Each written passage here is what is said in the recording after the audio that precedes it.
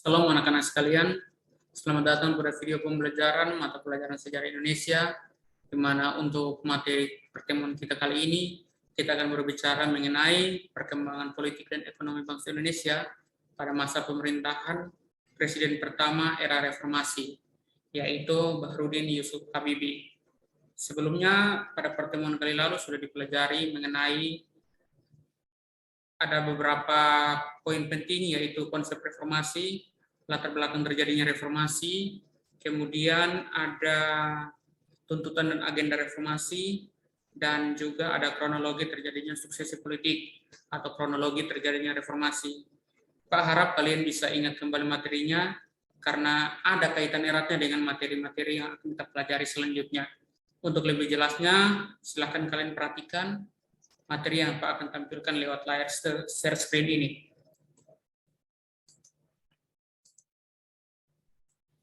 Baik, perkembangan kehidupan politik dan ekonomi bangsa Indonesia pada masa pemerintahan Presiden Bahrudin Yusuf Habibie.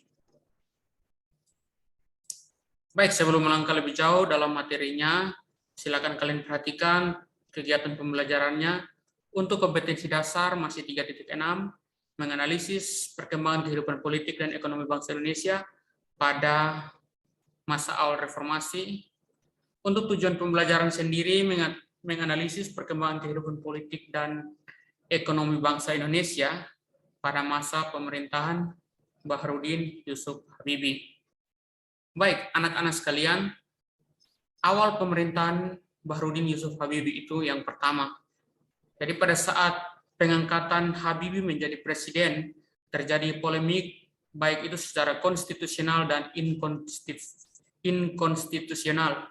Nah, konstitusional sendiri berpedoman pada pasal 8 Undang-Undang Dasar 1945 yang berbunyi bila presiden mangkat, berhenti atau tidak dapat melakukan kewajibannya, maka ia diganti oleh wakil presiden sampai habis masa waktunya.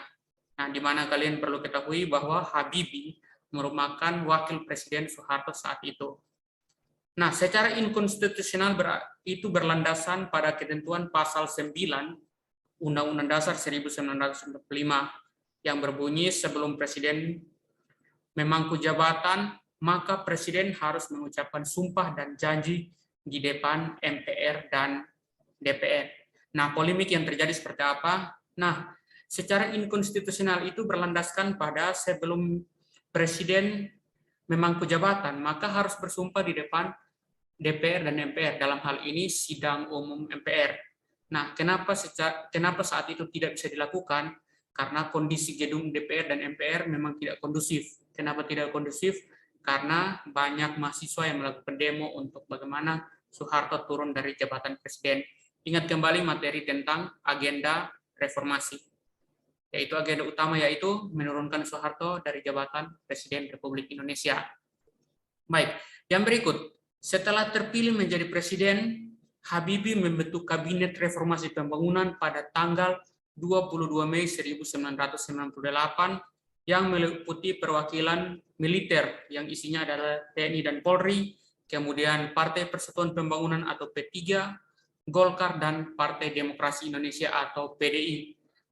Nah, setiap presiden kalau terpilih menjadi presiden tentunya harus membentuk kabinet. Nah, kabinet ini terdiri dari beberapa menteri yang tugasnya membantu presiden menjalankan roda pemerintahan. Kabinet pada saat era Habibie namanya Reformasi Pembangunan. Setiap presiden punya nama kabinet yang berbeda-beda. Ketika sampai pada Megawati, kabinetnya bukan reformasi pembangunan lagi, tetapi kabinet gotong royong. Oke, karena latar belakang terjadinya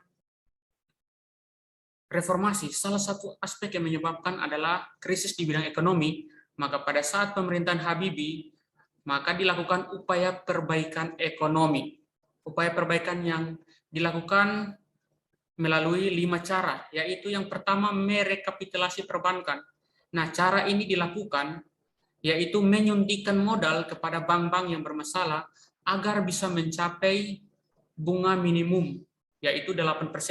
Kalau tidak, maka bank tersebut tidak bisa beroperasi. Yang kedua, merekonstruksi perekonomian nasional. Nah, yang ketiga adalah melikuidasi beberapa bank bermasalah. Nah, melikuidasi di sini diartikan sebagai pengambil alih atau penutupan bank-bank yang bermasalah. Ya, ini dikarenakan karena krisis ekonomi yang terjadi di Indonesia saat itu. Maka ketika rekapitulasi tidak dapat dijalankan atau tidak bisa menyelamatkan bank, maka terpaksa bank itu ditutup. Yaitu dengan kata lain dilikuidasi. Nah, tercatat dalam sejarah itu ada sekitar 16 bank yang ditutup oleh pemerintah. Kemudian yang berikut adalah menaikkan nilai tukar rupiah terhadap dolar Amerika Serikat hingga di bawah Rp10.000. Ingat kembali materi yang sudah disampaikan bahwa salah satu penyebab merosotnya perekonomian di Indonesia dikarenakan karena jatuhnya atau lemahnya nilai tukar rupiah terhadap dolar Amerika Serikat. Oke, yang berikut adalah mengimplementasikan reformasi ekonomi yang diisyaratkan IMF. Reformasi di bidang politik. Nah, tindakan nyata yang dilakukan itu dengan membebaskan tahanan politik, diantaranya 1. Dr. Sri Bintang Pamungkas. Dia itu merupakan dosen Universitas Indonesia dan mantan anggota DPR yang masuk penjara karena mengkritik Presiden Soeharto. Yang kedua, Mokhtar Pahpahan, pemimpin buruh yang dijatuhi hukuman karena dituduh memicu kerusuhan di Medan dalam tahun 1994. Nah, anak-anak sekalian, kalian ingat kembali materi yang sudah Pak sampaikan minggu lalu, yaitu tentang tindakan subvertif. Nah, tindakan subvertif ini diartikan sebagai segala bentuk kritik, segala bentuk tindakan yang melawan pemerintah, melawan Soeharto, melawan negara, itu dianggap sebagai tindakan yang melawan negara.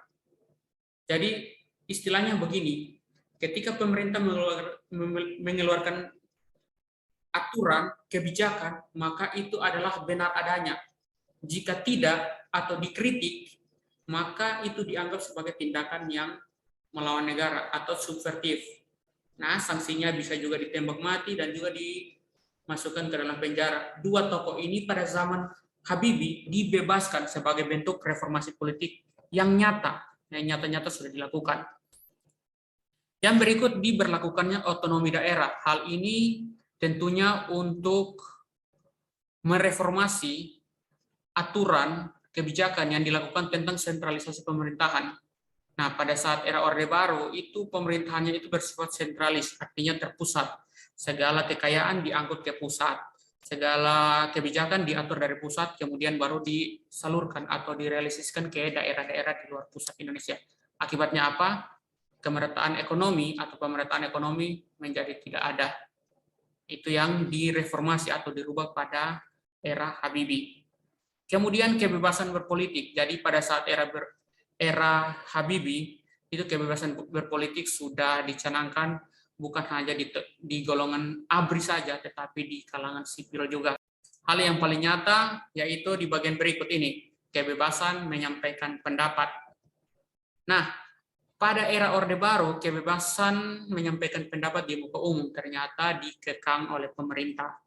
Maka kemudian pada era Habibie, kebebasan mengeluarkan pendapat itu sudah dibuka selebar-lebarnya.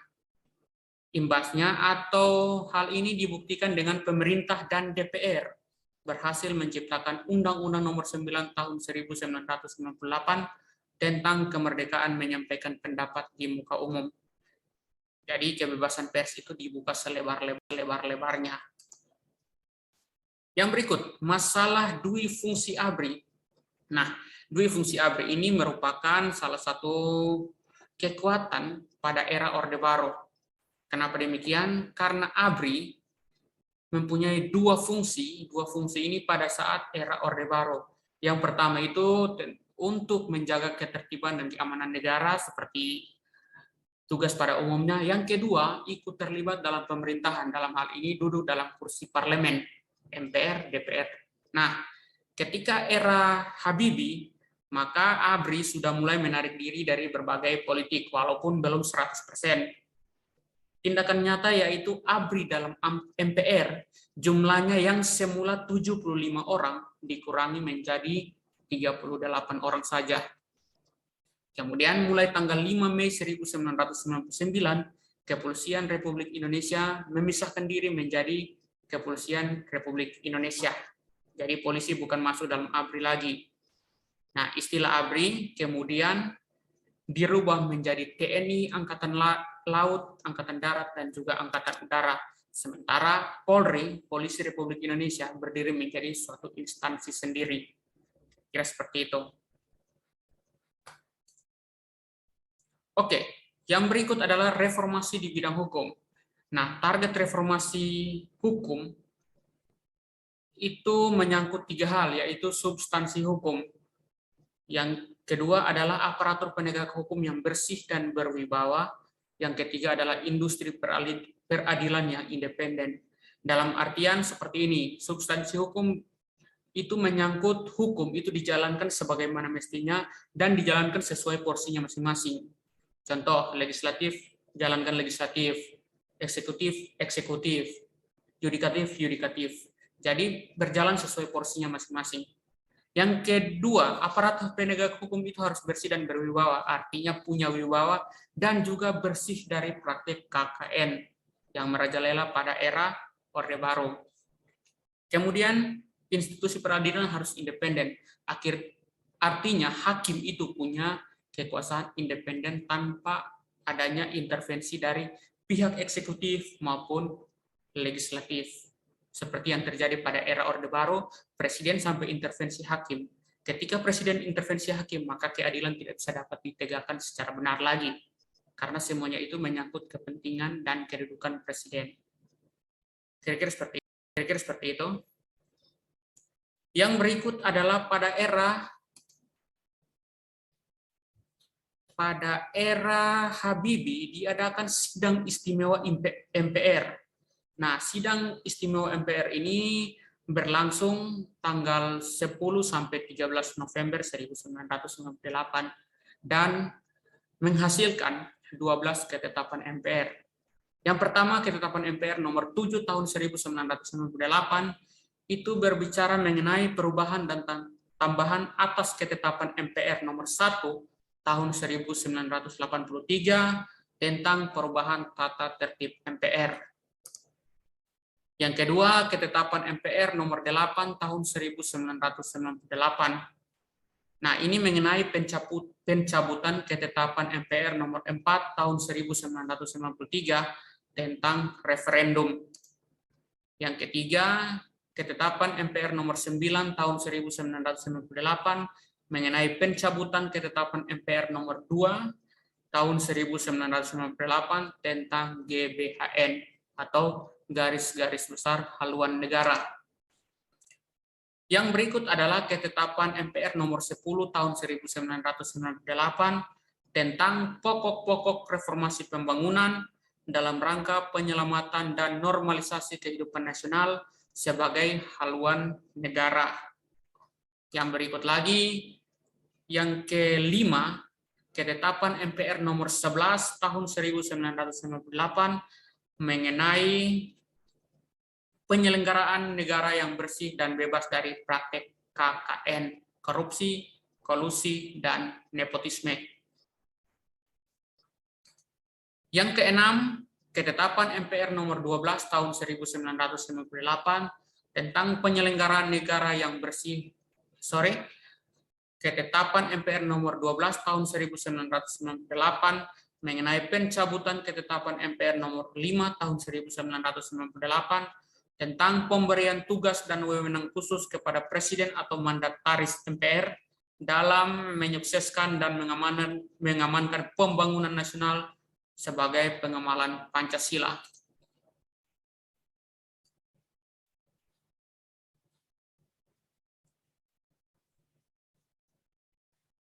Yang ketujuh, ketetapan MPR nomor 13 tahun 1998 tentang pembatasan masa jabatan Presiden dan Wakil Presiden Republik Indonesia. Yang kedelapan, ketetapan MPR nomor 14 tahun 1998 mengenai perubahan dan tambahan ketetapan MPR nomor 3 tahun 1998 tentang pemilu. Yang ke-9, ketetapan MPR nomor 15 tahun 1998 tentang penyelenggaraan otonomi daerah, pengaturan pembangunan dan pemanfaatan sumber daya nasional yang berkeadilan, serta perimbangan keuangan pusat dan daerah dalam kerangka Negara Kesatuan Republik Indonesia. Yang 10, ketetapan MPR nomor 16 tahun 1998 tentang politik ekonomi dalam rangka demokrasi nasional. Yang ke-11, ketetapan MPR nomor 17 tahun 1998 tentang hak asasi manusia atau HAM. Yang ke-12, ketetapan MPR nomor 18 tahun 1998 mengenai pencabutan ketetapan MPR nomor 2 tahun 1978 tentang penghayatan dan pengamalan Pancasila atau Eka Prasetya Pancakarsa. Nah, dari 12 ketetapan ini, 4 diantaranya dianggap menjawab tuntutan reformasi, yaitu ketetapan MPR nomor 8, nomor 12, nomor 13, dan nomor 18 tahun 1998. Yang berikut adalah pemilihan umum 1999. Pemilihan umum dengan sistem multipartai pertama di Indonesia. Nah, faktor politik untuk memulihkan krisis multidimensi yaitu dilaksanakan suatu pemilihan umum. Nah, jadi untuk mengatasi krisis multidimensi yang terjadi, ada krisis politik, krisis ekonomi, krisis hukum, krisis sosial yang mengakibatkan kepercayaan hilang, maka harus dilaksanakan pemilihan umum. Untuk apa? Untuk memilih wakil-wakil rakyat baru. Jadi kemudian Bahrudin Yusuf Habibie atau presiden saat itu menetapkan tanggal 7 Juni itu sebagai waktu pelaksanaan pemilihan umum. Sebelum itu ditetapkan 3 undang-undang oleh DPR 1 Februari 1999 yang isinya undang-undang partai politik, undang-undang pemilihan umum, serta undang-undang serta kedudukan MPR, DPR, dan DPRD. Nah, hal ini tentunya dibuat untuk menggantikan 5 paket undang-undang yang digunakan pada saat era Orde Baru, yaitu Undang-Undang 1 Undang-Undang tentang Pemilu, yang kedua Undang-Undang tentang susunan kedudukan tugas wewenang DPR dan MPR, yang ketiga Undang-Undang tentang parpol dan golongan karya, yang keempat tentang referendum, yang kelima tentang organisasi massa. Nah, undang-undang partai politik ini menghasilkan 48 partai politik yang mengikuti pemilu. Jadi ketika undang-undang itu dikeluarkan, ternyata banyak partai yang hendak mendaftar, bahkan sampai mendaftar untuk mengikuti pemilu. Tercatat sekitar ada lebih dari 112 partai yang mendaftar, tetapi setelah melalui serangkaian proses, maka didapat 48 partai politik yang mengikuti pemilihan umum 1999.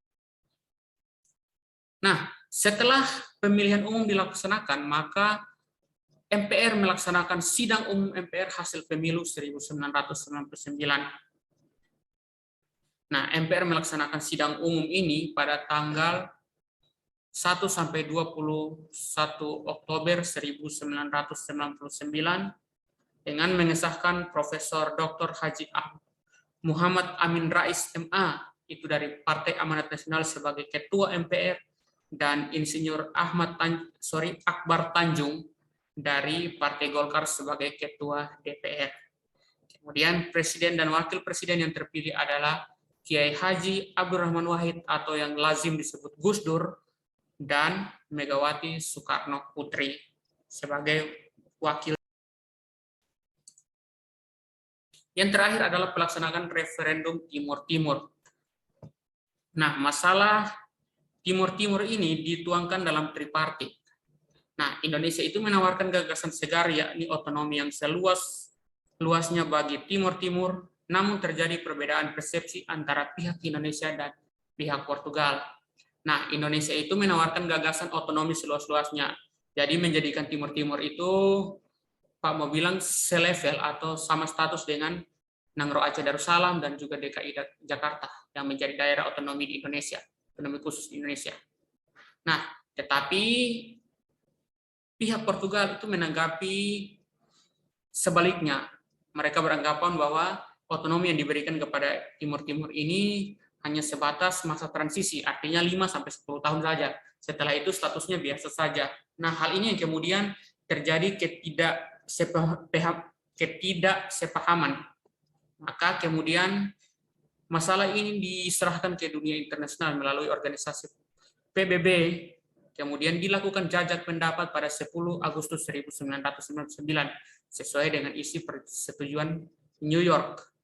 Nah, hasilnya adalah hasil jajak pendapat yang diumumkan PBB tanggal 4 September 1999 itu menyatakan 78,5% menolak bergabung dengan Indonesia, sementara 21,5% menerima. Nah, sesuai dengan prinsip demokrasi, yang menang adalah yang mendapat suara terbanyak. Oleh sebab itu, melalui hasil referendum ini, Timur Timur resmi lepas dari Negara Kesatuan Republik Indonesia. Padahal sebelumnya mereka itu masuk dalam Provinsi ke-27 Republik Indonesia.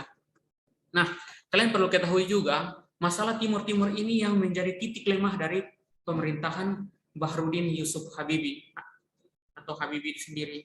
Kenapa demikian? Dia itu dianggap gagal untuk menjalankan pemerintahan dan mempertahankan wilayah. Maka ketika Habibie menyampaikan, melaporkan hasil pertanggungjawaban presiden ke MPR, maka MPR menolak hasil pertanggungjawaban tersebut. Imbasnya apa? Imbasnya Habibie tidak bisa mencalonkan diri menjadi Presiden Republik Indonesia. Maka yang mencalonkan diri ada 3 kandidat, yakni ada Abdurrahman Wahid, ada Yusril Issa Mahendra, dan juga ada Megawati Soekarno Putri. Tapi sebelum melaksanakan pemilihan umum, Yusril Issa Mahendra terlebih dahulu mengundurkan diri. Jadi menyisakan 2 salon saja, Gus Dur dan juga Megawati. Ketika melakukan voting, ternyata Gus Dur mendapat lebih banyak suara dari Megawati. Oleh sebab itu, Gus Dur terpilih menjadi Presiden Republik Indonesia ke-4. Nah, kemudian Megawati tidak serta-merta menjadi wakil presiden, tetapi juga melalui voting. Lawannya adalah Hamzahas. Nah, ketika melakukan voting ternyata Hamzahas yang kalah. Jadi Megawati diangkat menjadi wakil presiden Republik Indonesia. Sekian dan terima kasih.